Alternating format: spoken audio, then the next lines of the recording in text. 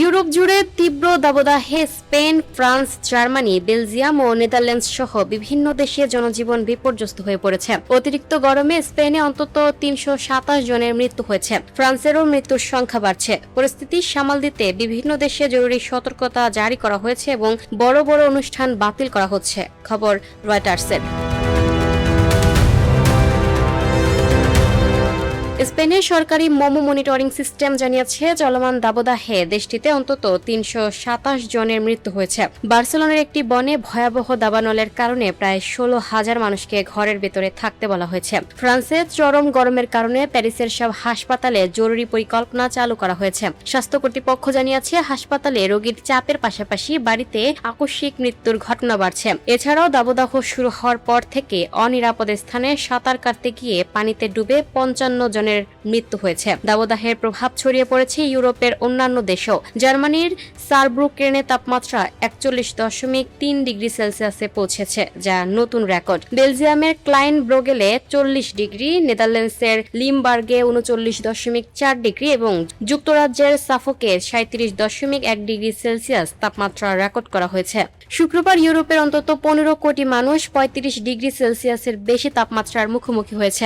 আবহাওয়াবিদরা সতর্ক করে বলেছেন, আগামী কয়েকদিনে তাপপ্রবাহ আরও উত্তর ও পূর্ব ইউরোপে ছড়িয়ে পড়তে পারে। চেক প্রজাতন্ত্র ও অস্ট্রিয়ায়ও নতুন তাপমাত্রার রেকর্ড ভাঙার আশঙ্কা রয়েছে। বিশ্ব আবহাওয়া সংস্থার মুখপাত্র ক্লেয়ার নুলিস বলেন, জলবায়ু পরিবর্তনের কারণে এমন চরম আবহাওয়ার ঘটনা এখন বাস্তবতা। এ পরিস্থিতির সঙ্গে মানুষকে মানিয়ে নেওয়া ছাড়া উপায় নেই। বিজ্ঞানীদের মতে, একটি শক্তিশালী উচ্চ চাপ বলয়ের কারণে ফ্রান্স, জার্মানি, ইতালি, স্পেন ও দক্ষিণ ইংল্যান্ডের তাপমাত্রা স্বাভাবিকের তুলনায় ৫ থেকে ১২ ডিগ্রি সেলসিয়াস বেশি রয়েছে। কোপারনিকাস ক্লাইমেট চেঞ্জ সার্ভিস জানিয়েছে, ইউরোপ বিশ্বের সবচেয়ে দ্রুত উষ্ণ হয়ে ওঠা মহাদেশ। এখানে বৈশ্বিক গড়ের তুলনায় দ্বিগুণ হারে তাপমাত্রা বাড়ছে। চরম গরমের প্রভাব পড়েছে বিদ্যুৎ ও পরিবহন ব্যবস্থাতেও। সুইজারল্যান্ডের বেজনো পারমাণবিক বিদ্যুৎ কেন্দ্রের দুটি রিঅ্যাক্টর সাময়িকভাবে বন্ধ রাখা হয়েছে, কারণ রিঅ্যাক্টর শীতল করতে অব্যবহৃত নদীর পানির তাপমাত্রা ২৫ ডিগ্রি সেলসিয়াসে পৌঁছেছে। অন্যদিকে কোলন থেকে প্যারিসগামী একটি ইউরোস্টার ট্রেন বিকল হয়ে পড়ায় প্রায়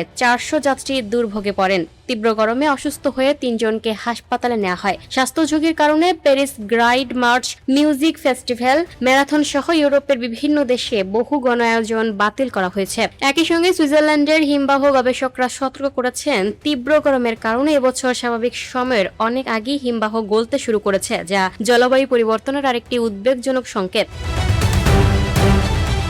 lucky Akter, up to date news, Dhaka.